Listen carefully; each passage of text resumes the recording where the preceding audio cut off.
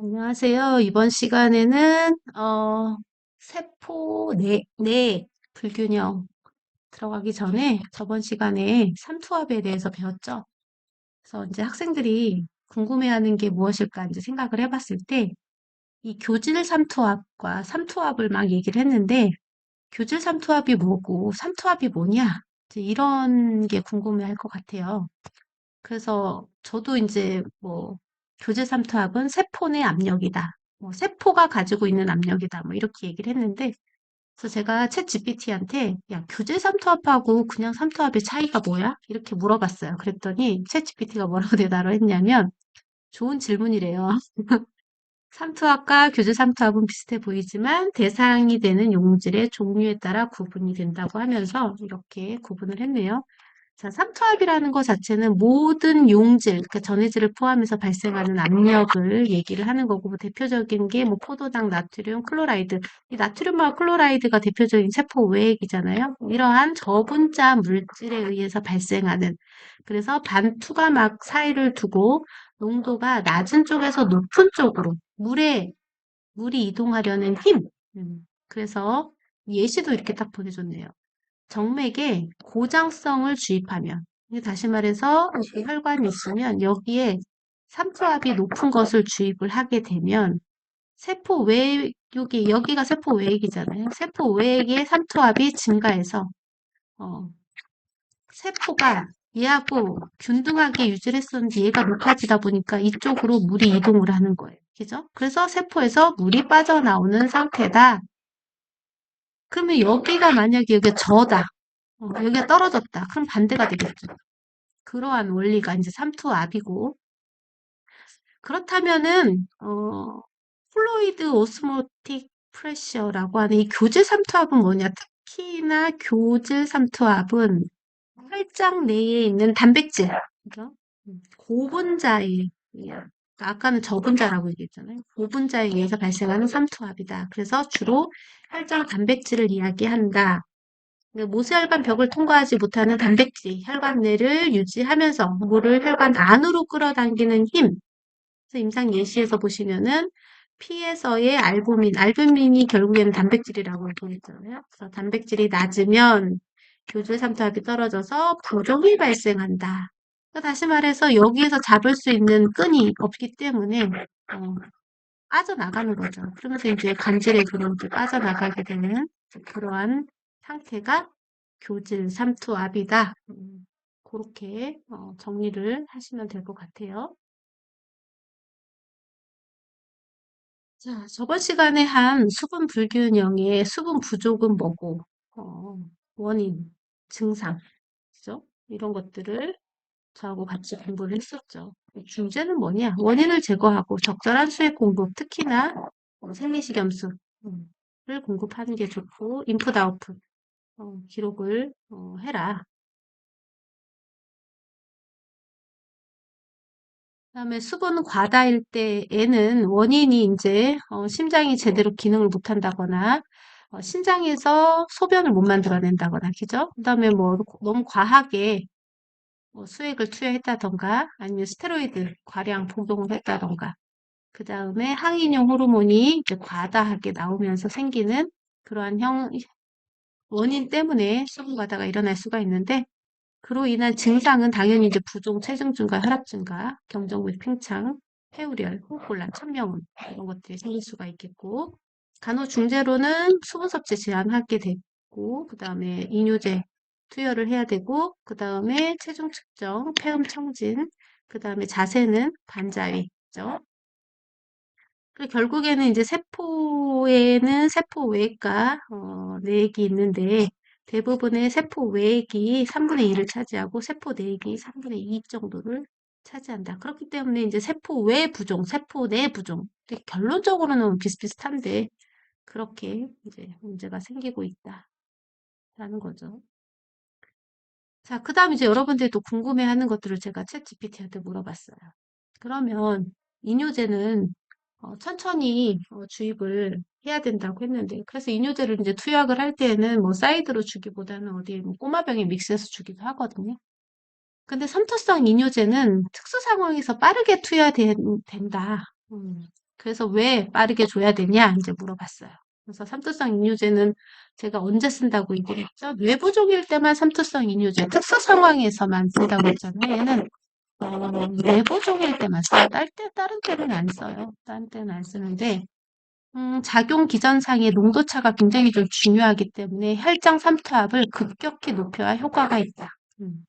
삼투압이 높아지면 혈관 내로 수분이 이동. 아까 제가 설명을 드렸듯이 특히 뇌세포나 안구 조직의 수분을 이동시켜서 뇌압이나 안압을 낮추는 데 사용하는 것이 삼투성 이뇨제인데 급성 상황에서 빨리 안 주게 되면 시간이 지연되면은 이런 것들이 생명에 직접적인 영향을 주기 때문에 효과적인 감압을 위해서 30분 이내에 효과를 발현시키는 게 중요해서 빠르게 주입을 해야 된다. 그래야지 빨리 뇌압과 안압을 감소시키는데 효과가 있고 만약에 천천히 주게 되면 오히려 압력 조절을 실패하게 돼요. 그러니까 세포 내과 외액이 아무리 이제 삼투압이 올라가더라도 얘가 이제 정상으로 가려고 하는 성질이 있기 때문에 얘를 천천히 주게 되면은 이 압 차이가 그렇게 크게 나지 않는단 말이에요. 그래서 다시 조직으로 다시 삼투되어 오히려 뇌부종을 악화시킬 수가 있다. 그래서 효과적으로 빠르게 작용하고 빠져나가는 것이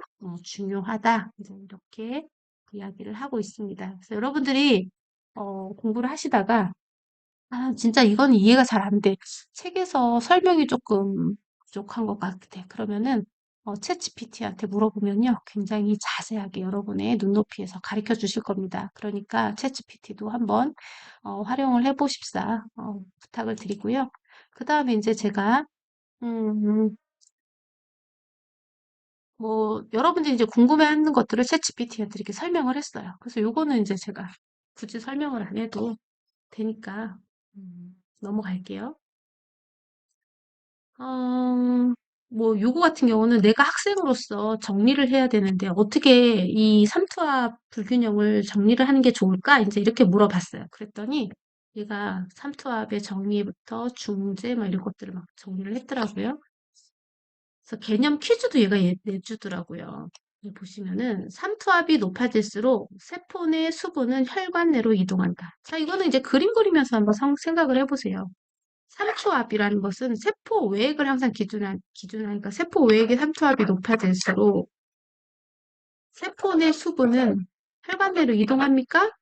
네, 이동합니다. 자, 저삼투압 상태가 되면 얘가 저삼투압 상태가 되면 세포는 어떻게 됩니까? 세포는 이쪽으로 물이 이동하기 때문에 부종이 생기게 됩니다. 세포 부종, 뇌부종, 그죠? 그래서 X. 자, 만니톨은 삼투압을 감소시키는 약물이고 만니톨은요, 삼투압을 증가시키는 약물이죠. 그죠? 그래서 얘의 차이를 확 증가시켜서 세포에 있는 물을 갖다가 쭉 빼게끔 하는. 그래서 X. 이런 식으로 여러분들이 지금 현재 알고 있는 그러한 지식들을 점검해 볼 때 이 챗 GPT를 이제 사용하시는 게 좋을 것 같아요. 객관식 문제도 만들어줘라. 막 이랬더니 이게 쫙 만들어주겠어요. 그 다음 이제 사례 기반 문제를 좀 만들어줘. 75세 남성이 고혈당. 고혈당이라는 것 자체는요, 삼투압 중에서도 고삼투압이라는 상황이죠. 요거는 이해되시나요? 고삼투압 상태예요. 응급실에 내원했어요. 점막이 건조하고 피부 탄력이 감소돼 있대요. 자, 문제. 이 환자의 체액 분포와 관련된 설명으로 가장 적절한 것은? 자, 혈관 내 수분이 세포 내로 이동한다. 자, 지금 삼투압이 높은 상태예요. 그럼 혈관 내 수분이 세포 내로 이동을 합니까? 지금 균형이 깨졌는데 얘가 높은 상태잖아요. 얘가 높으니까 물은 어디로 이동을 해요? 낮은 쪽으로 이동을 하겠죠. 그러니까 이거는 틀렸고. 세포 내 수분이 세포 내에 있는 수분이 혈관 쪽으로 이동해서 세포가 탈수된다. 이게 정답이죠, 무슨. 그래서 보시면 정답 B 이렇게 나와 있는 거죠. 세포 내 수분과 혈관 내 수분이 동등하게 분포된다. 이거는 이제 삼투압의 균형을 이루고 있는 상태인 거죠. 혈장 삼투압이 낮아진 상태다. 이거 혈장 삼투압이 지금 높아진 상태죠. 이거는 좀 이해를 하시나요? 어쨌든. 자, 그 다음에 사례 2를 보시면 55세 여성 환자가 항이뇨 호르몬이 과다하게 분비됐다. 그러면은 소변이 안 나가는 상태니까 어떤 거예요? 부종. 어떤 부종? 세포 외액이 많은 상태. 그로 인해서 혼돈, 두통, 부역감이 있으면서 혈장 나트륨 수치가 120이 됐어요. 자, 그러면 혈장 나트륨 수치가 120이라는 얘기, 나트륨 수치가 135에서 145란 말이에요. 그럼 120이면 낮은 상태죠. 그럼 저삼투압 상태가 되기 때문에 여기에 있는 수분이 어디로 세포 내에 있는 삼투압이 더 높기 때문에 여기에 있는 수분이 세포 내로 이동을 하겠죠. 그래서 우선적으로 고려해야 할 위험은 그럼 세포 부종은 뭐밖에 없다고 그랬어요. 세포 부종에서 제일 위험한 거는 뇌부종밖에 없다고 했잖아요. 그죠? 뇌부종. 기억나세요? 딱 보니까 뇌압 상승이 딱 나오는 거죠.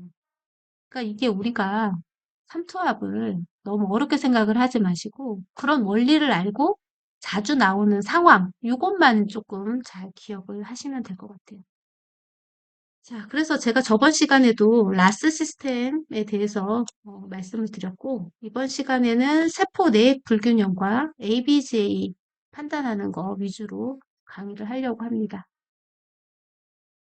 수업 시간에 세포 내액 불균형에 대해서 자세하게 배웠지만 너무 어려워하는 것 같아서 제가 간단하게만 설명을 할게요. 그러니까 뭐 자세하게 알면 좋지만 실은 여러분들이 자세하게 안다고 해서 그거를 뭐 다 아실 필요도 없고 정말 중요한 것들만 포커스로 알면 될 것 같아요. 나머지 다 필요 없고 이번 시간에 하는 것만 잘 아시면 돼요. 세포 내에게 대표적인 이온들이 있습니다. 여러분도 아시다시피 세포 내에게 대표적인 이게 뭐예요? 칼륨, 칼슘, 마그네슘이에요. 그런데 이 칼슘은 근육을 수축하는 데 영향을 미치고 이 마그네슘은 근육을 이완하는 데 역할을 해요. 그러니까 이제 수축하는 데 문제가 음, 이온들이 수축하는 데 영향을 미치는데 이 칼륨 이온은 심장 근육에 관여를 하고 얘는 어, 평활 근육에 관여를 한다고 생각을 하시면 돼요. 자, 그래서 우리 몸에 심장은 굉장히 중요하잖아요. 그래서 세포 내 불균형에서 시험 문제 많이 나오는 게 뭐냐면은 이 칼륨이에요. 칼륨. 그 다음이 칼슘. 이 마그네슘은 잘 안 나와요. 그러니까 여러분들이 칼륨은 다른 건 잘 모르겠다. 그러면은 칼륨하고 칼슘만 잘 외우시면 돼요. 그래서 칼륨을 우선 볼게요. 우선은 불균형을 아시려면 정상 수치를 알아야 되겠죠. 그래서 칼륨의 정상 수치는 3.5에서 5.0. 그죠? 그 다음에 칼슘의 정상치는 얼마였죠? 칼슘의 정상치가 7.4에서 맞나요? 갑자기 생각이 안 나네.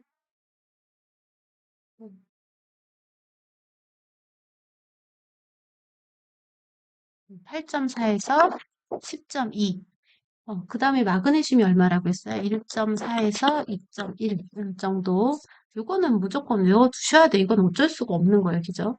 자, 근데 어쨌든 칼륨은 심장 근육에 작용을 한다고 했으니까 심장이 수축하는데 너무 강하게 수축을 해도 안 되고요. 너무 약하게 수축해도 안 되겠죠. 그래서 적정 용량이 있어야 되는 거예요. 적정 용량이 있어야 되고 자, 얘는 심장이기는 하지만 어쨌든 근육이잖아요. 그러니까 근육에 너무 강하게 하게 되면은 특히나 심장에 문제를 일으키고 약하게 되면은 심장이 약하게 뛰는 것보다는 근육이 허약해진다. 이제 이렇게 생각을 하시면 될 것 같아요. 그래서 저칼슘 혈증이냐 vs 고칼륨 K죠, K. 혈증이냐. 자, 여기 이름에서처럼 혈액 중에 칼륨 농도예요. 혈액 중에 칼륨 농도이기 때문에 혈액에 칼륨이 얼마만큼 포진되어 있느냐. 근데 얘가 돌아다니다가 심장 근육을 강하게 수축을 하는 게 이제 문제겠죠. 그래서 시험 문제는요. 저칼륨 혈증보다는 고칼륨 혈증의 시험 문제가 많이 나오고 있습니다. 그래서 고칼륨 혈증일 때에 굉장히 위험해요. 왜냐하면 심장이 멎어버리거든요. 그래서 고칼륨 혈증일 때는 얼마 이상이에요? 5.0 이상일 때이고 얘는 심장 근육을 멈추게 하는 이온이기 때문에 우리가 뭘 봐야 되냐면요. EKG, 고니, 모니터링 해야 된다. EKG 모니터링을 해야 되는데 제가 수업 시간에도 얘기했지만 EKG 상에서 P, QRS, T파에서 요 P파는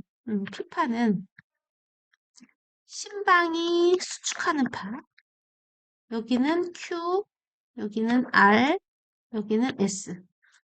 다시 말해서 이 QRS파는 심실이 수축하는 파다. 그 다음 여기가 바로 T파라고 얘기를 했잖아요. T파는 유일하게 심실이 이완하는 파다. 이렇게 말씀드렸잖아요. 그런데 칼륨은 심장 근육을 강하게 수축을 하기 때문에 이완이 잘 안 된다. 그래서 고칼륨 혈증일 때에는 이 이완파에 문제가 생긴다. 이 이완파가 이완하려고 이 전압이 여기가 전압이라고 얘기했잖아요. 전압이 엄청나게 올라간다. 그래서 고칼륨 혈증일 때 EKG 상에서 P, QRS, T파가 엄청나게 올라가는 그래서 톨, T 파가 그래서 T파가 올라간다. 뾰족하고 전압이 올라가져 있다. 이게 가장 중요한 키포인트라고 말씀을 드렸어요. 그래서 EKG 모니터링 하는데 이 톨티파가 보인다거나 뾰족하고 높은 티파가 보일 때에는 칼륨 수치를 빨리 우리가 정상 레벨로 돌려줘야 되는데 이 정상 레벨은 혈중 농도의 칼륨 수치니까 혈중의 칼륨을 낮춰주는 포커스가 가장 중요하다고 얘기했어요. 그래서 어떻게 하냐? 얘는 세포 원래 내액이었잖아요. 내액인데 외액으로 빠져나왔으니까 자기 집으로 들어 보내는 거예요. 그래서 세포 내액으로 돌려 보내는 치료가 가장 중요하기 때문에 첫 번째는 이제 얘는 칼륨 양이온이잖아요. 양이온 교환을 하는 거예요. 얘하고 바꿔주는 거죠. 바꿔주는 약재가 뭐가 있냐면요. K 엑셀레이트. 제가 그 책에 몇 페이지에 있냐면은 어,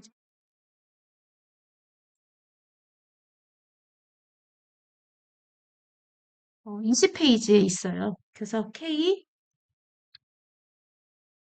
엑셀레이트 양이온 교환 수지를 어, 관장하는 거죠. 관장 또는 이제 의식이 있다면은 OR 피오 메디케이션 한다. 이게 가장 중요한 치료라고 했잖아요. 그 다음에 이제 세포 내액을 돌려보내는 치료가 이게 첫 번째고, 이제 두 번째는 세포가 먹이를 먹을 때에 세포 문이 열린다고 얘기를 했잖아요. 세포 먹이가 누가 먹습니까? 네, 포도당.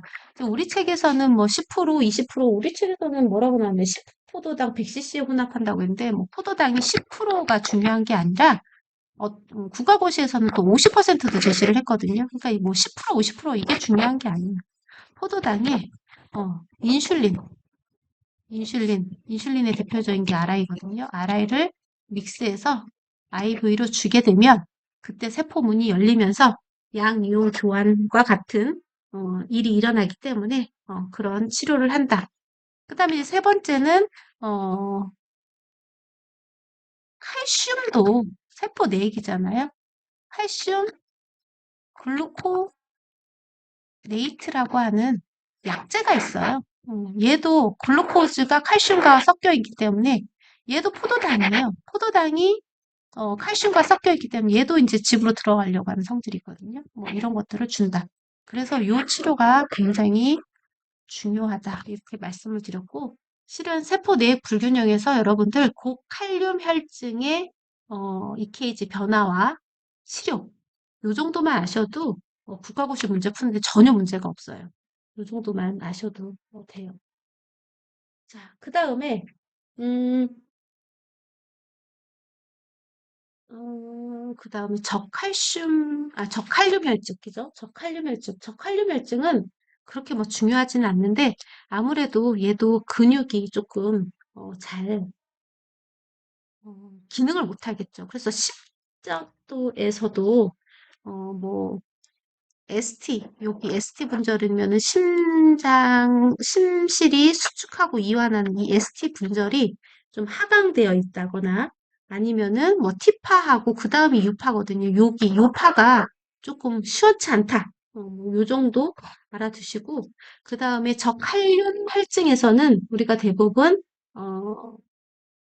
근력이 떨어진다. 그러니까 뭐 근육 허약이 발생한다. 뭐, 요 정도만 알아두시면 되고, 얘는 충분히 리플레이스를 할 수가 있단 말이에요. 그래서 저칼륨 혈증일 때는 어떠한 증상보다는 빨리 교정하는데 그 목적을 가지고 있기 때문에, 시험 문제는 빨리 교정하는 방법이 뭐냐? 포타슘을 주는 거예요. 주는데, 어, 먹이로 주느냐, IV 제제로 주느냐, 요 포커스인데, 포타슘을 먹어서 주는 게 가장 좋아요. 가장 좋아서, 뭐, 약재를 준다던가, 아니면은, 음, 포타슘이 많이 함유된 음식. 이게 이제, 뭐죠? 그, 오렌지, 이런 것들, 오렌지, 과일, 뭐, 이런 거, 뭐, 대표적인 게 뭐가 있을 수 있나? 음, 바나나, 그죠? 오렌지 바나나, 이런 것들을 먹여라.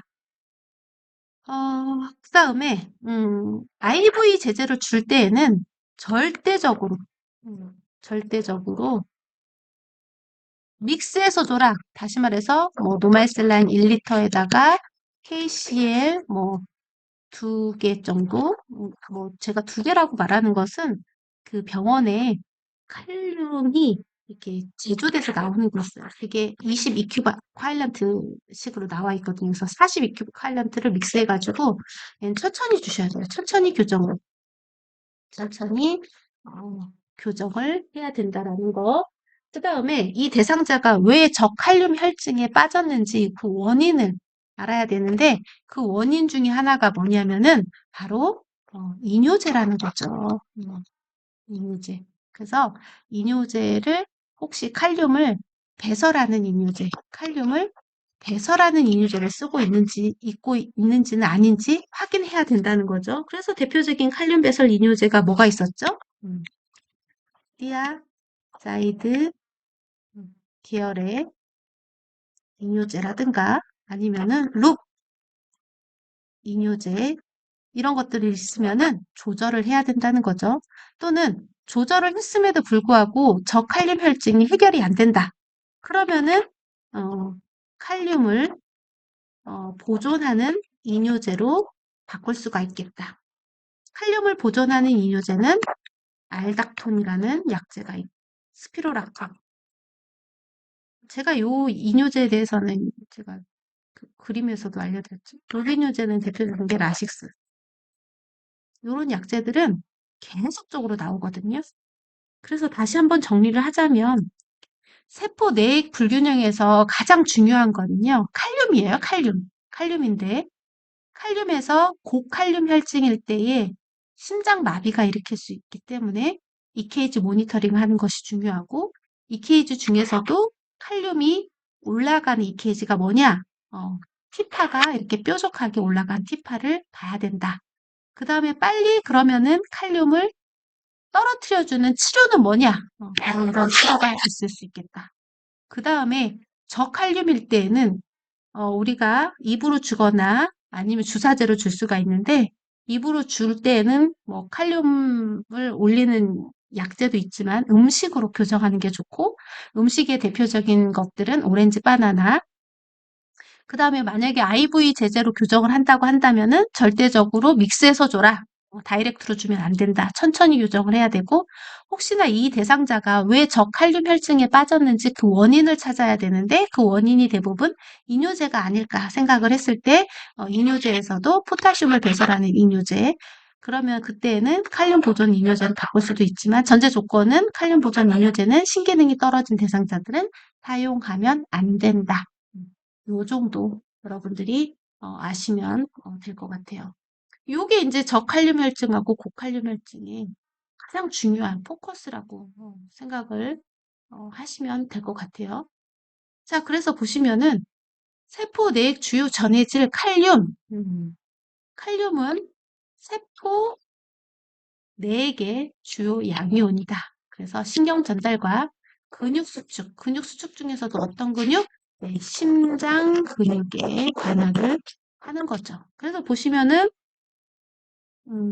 칼륨은 대부분 세포 안에 존재하고 아주 적은 양만 혈중에 존재하지만 이 소량이 생명 유지에 매우 중요한 역할을 한다. 그래서 신경자극, 근육 수축, 삼림계 균형, 삼투압을 유지하는데 그 중에서도 칼륨은 심장, 골격근 이런 수축과 이완에 관여를 하지만 특히나 수축에 관여를 한다. 라는 거 알아두시면 될 것 같아요. 그래서 고칼륨 혈증과 저칼륨 혈증을 비교했을 때 당연히 정상 수치 외우셔야 되고요. 자, 원인에서 왜 고칼륨 혈증이 있느냐? 신부전, 그 다음에 칼륨 보존 이뇨제. 칼륨 보존 이뇨제가 아까 뭐라고 했어요? 알닥톤, 스피로락톤, 이런 것들. 그 다음에 조직이 손상됐을 때, 그죠? 그 다음에 대사성 산증일 때 세포 밖으로 포타슘이 이동을 하기 때문에 그에 따른 증상은 심전도 상에서 높은 피파, 그 다음에 이제 마비, 수축만 되고 움직이질 않은 거죠. 심한 경우에는 심정지까지 갈 수가 있기 때문에 간호 중재는 어떻게 해야 되느냐? 심전도 모니터링을 하고 칼륨 섭취 제한을 하면서 칼륨 배설을 촉진해야 되는데 거기에서 제가 말씀드렸지만 이온 교환 수지를 그게 그 약제가 뭐였어요? 그 양이온 교환 수지요. 이온 교환 수지가 아니라 양이온 교환 수지를 쓰면서 대표적인 약제가 뭐였었죠? K엑셀레이트. 요게 국가고시에 나왔기 때문에 K엑셀레이트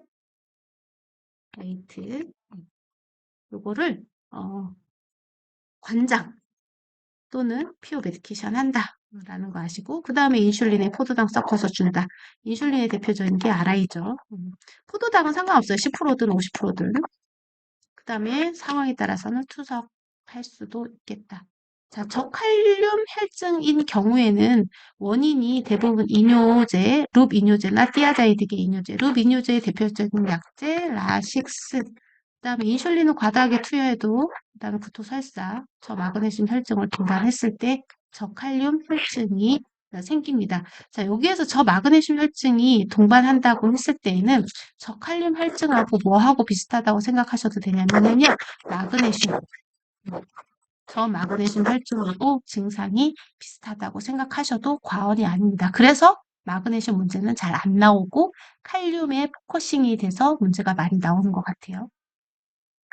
자, 어쨌든 얘는요, 티파 감소가 되겠고, 마비, 약화, 그 다음에 장운동 저하로 인한 변비나 장폐색의 위험이 있다고 하네요. 간호중재, 칼륨을 보충, 경구나 정맥, IV 푸시 절대 금지. 그래서 노메슬램 1리터에 천천히 섞어서 줘야 되고, 식이요법으로 바나나, 오렌지 주스, 그 다음에 원인을 치료해야 되지 않겠냐. 이제 이게 중요한 포커스였던 것 같습니다. 그래서 제가 챗GPT한테 칼륨의 고칼륨 혈증과 저칼륨 혈증의 중요한 게 뭐냐? 그랬더니 이렇게 표현을 하네요. 그래서 칼륨은 심장의 수축과 이완에 관여를 한다라는 거 기억을 하시면 될 것 같아요. 자, 그 다음에 혈중 칼슘 농도가 또 중요하겠죠. 자, 칼슘은요.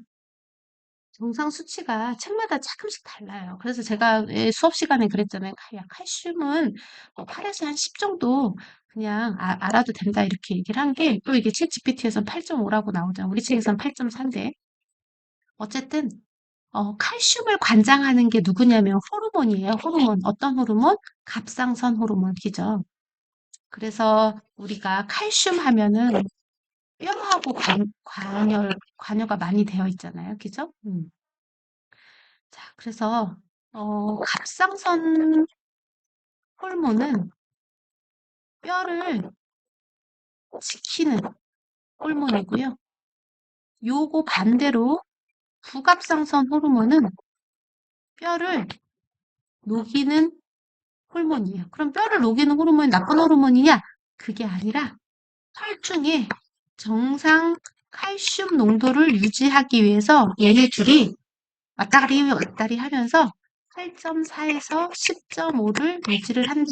음. 그래서 만약에 8.4 이하로 되면은 굉장히 좀 위험하잖아요. 또 칼슘의 역할이 있기 때문에.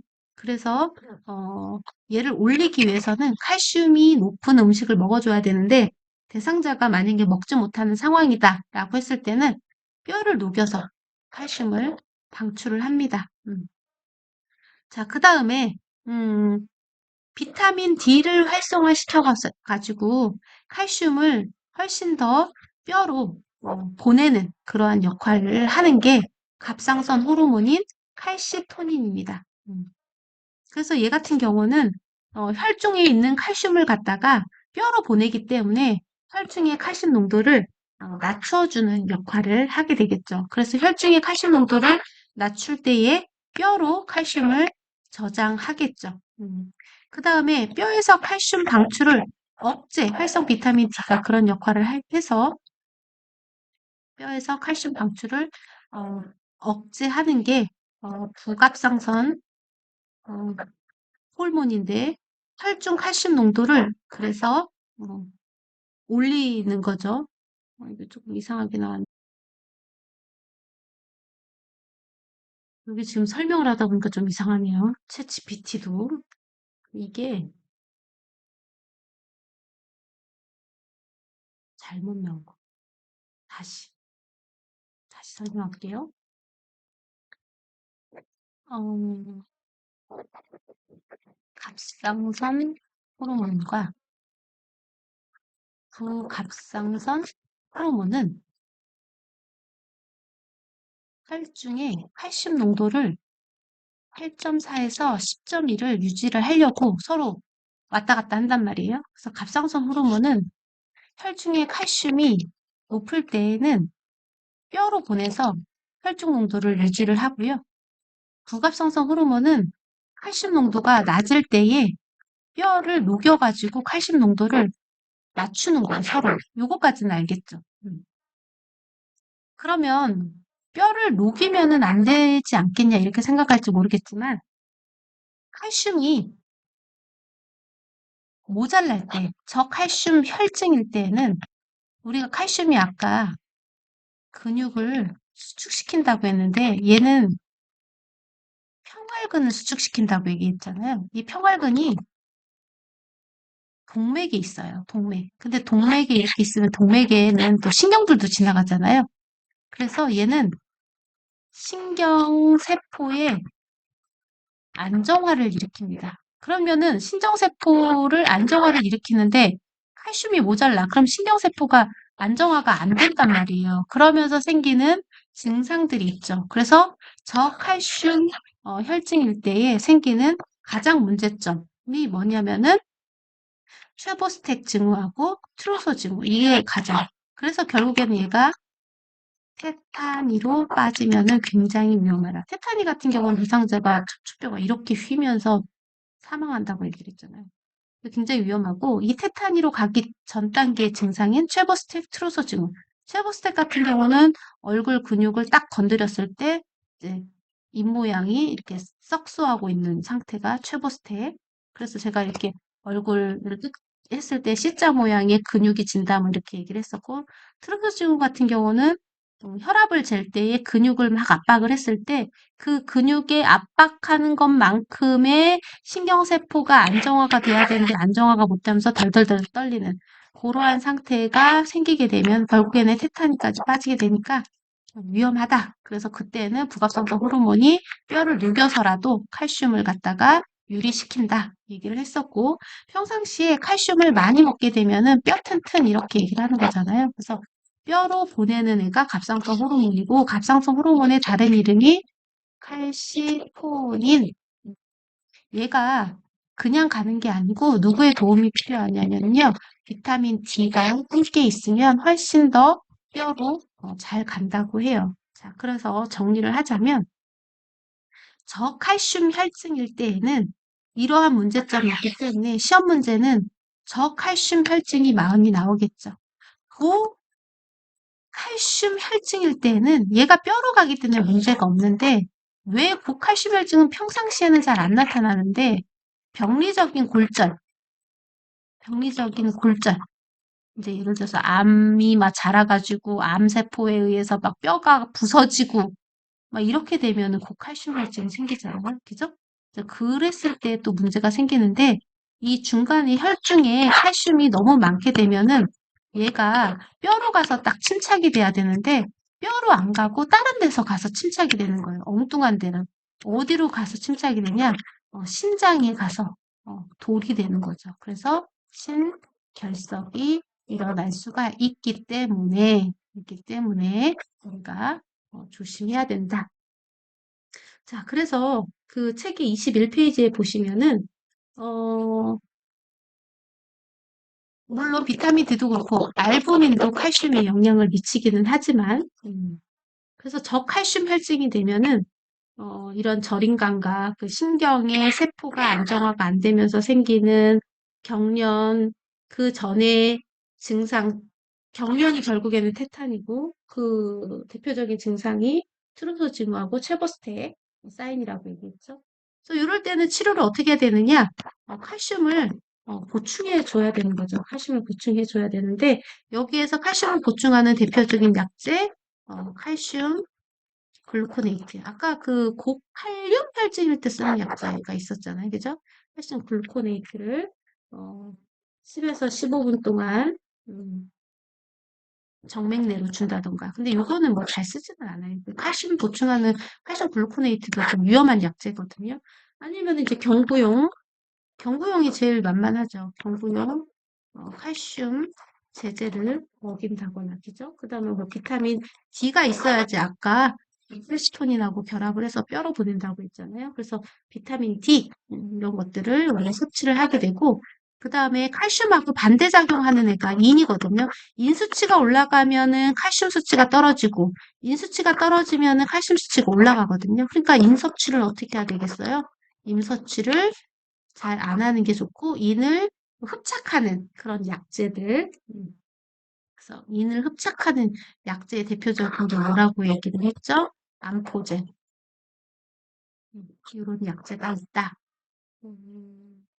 그 다음에 이제 이렇게 저칼슘 혈증인 대상자들 같은 경우는 병리적인 골절로 인해서 고칼슘 혈증이 생길 수가 있기 때문에 뼈가 지금 약해져 있는 상태잖아요. 그래서 이런 사람들은 낙상 이런 것들을 조심해야 된다. 이렇게 얘기를 하고 있죠. 그 다음에 저칼슘 혈증, 저칼슘 혈증 있지. 저칼슘혈증 있나? 그치. 저칼슘혈증 있지. 내가 정신이 하나도 없네. 자, 그 다음에 고칼슘혈증도 마찬가지고, 고칼슘혈증도, 얘도 뼈로 가야 되는데, 가지를 못하면서, 얘도 낙상 위험성, 조심해야 되고요. 얘 같은 경우는 제일 문제가 뭐라고 했어요? 결석. 결석이 중요하다고 얘기를 했고, 그 다음에 결석이 생기지 않게끔, 수분 섭취 잘 하고, 그러라고 얘기를 했었죠. 자, 그 다음에 고칼슘 혈증일 때는 인을 또 섭취를 하게 되면 인 수치가 올라가게 되면 칼슘이 떨어지기 때문에 인 섭취를 조금 해주는 게 좋겠죠. 그래서 이는 칼시토닌, 부갑설성으로 비타민 D에 의해 조절이 된다. 그래서 뭐 이내 정상치도 뭐 있긴 한데 이내 정상치는 잘 안 나오니까 뭐 요 정도만 알아두시면 될 것 같네요. 자, 그다음에 마그네슘 볼게요. 마그네슘. 마그네슘 같은 경우에는 뭐 그렇게 중요하지는 않은데 마그네슘에서 시험 문제 제일 잘 나오는 게 얘는 저 마그네슘은 아까 어떠한 상태라고 얘기를 했어요. 저 칼슘 혈증이나 저 칼륨 혈증하고 거의 비슷하다고 얘기를 했잖아요. 그죠? 특히나 이제 저칼슘 혈증하고 비슷하니까 비슷하게 알아두고 그래서 저 마그네슘 혈증은 시험 문제 잘 안 나오고요. 고마그네슘 혈증이 나오는데 고마그네슘 혈증 같은 경우는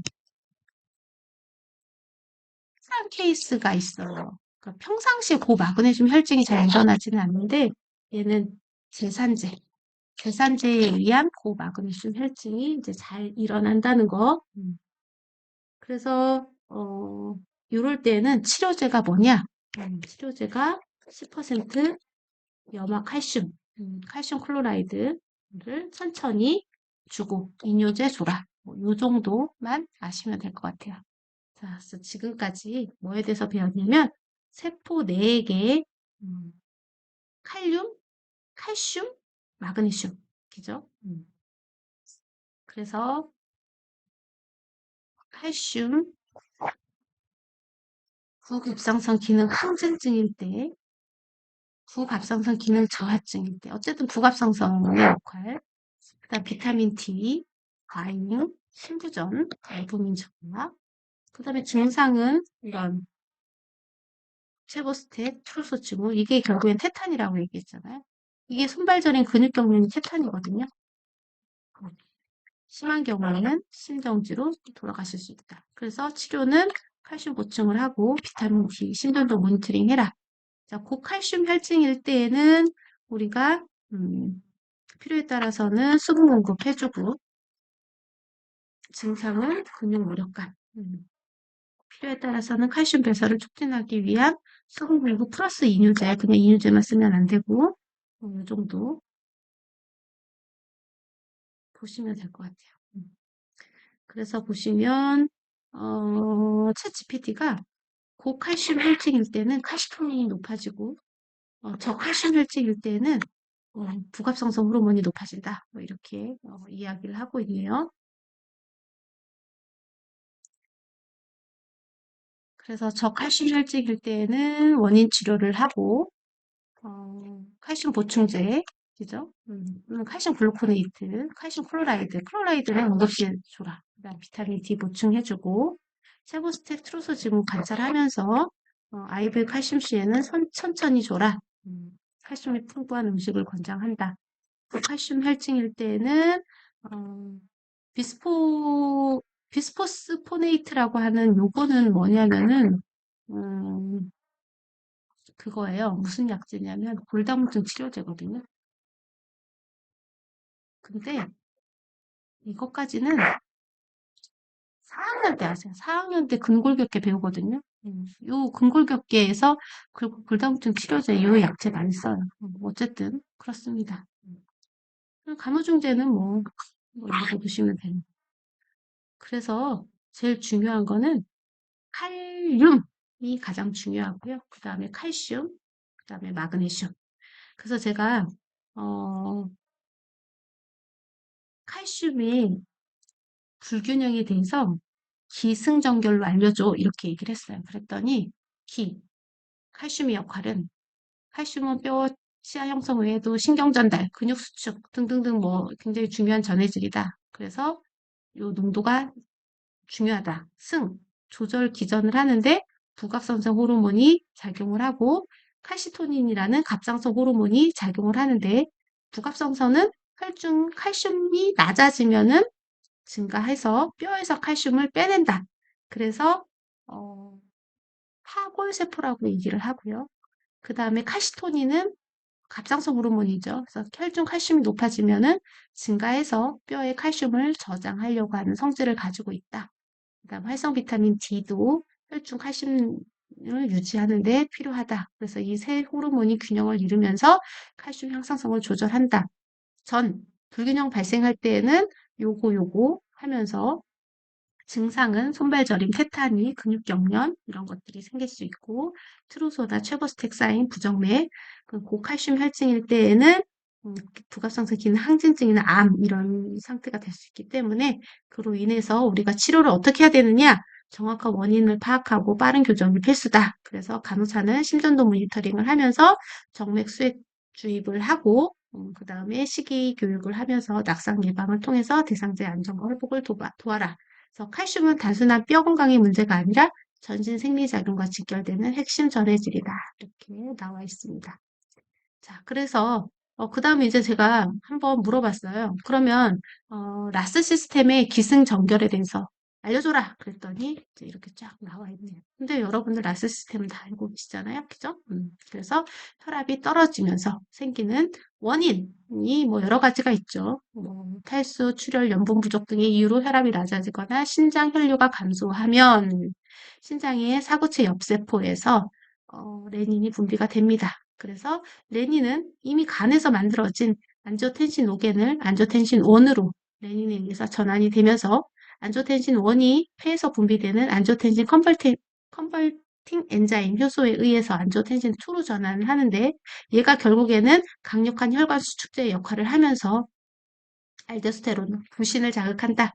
알도스테론을 자극하면서 소금이 쫙 나오게 되면은 소변으로 배출되면 안 되니까 뇌하수체 호르몬도 나오고, 그죠? 뇌하수체에서 항이뇨 호르몬도 나오면서 체액을 유지하고 혈압을 상승한다. 이제 이렇게 나오고 있습니다. 자, 이번 시간까지는 세포 내액 불균형에 대해서 배웠어요. 다음 시간에는 ABJ 불균형에 대해서 한번 간단하게 설명하도록 하겠습니다. 수고하셨습니다.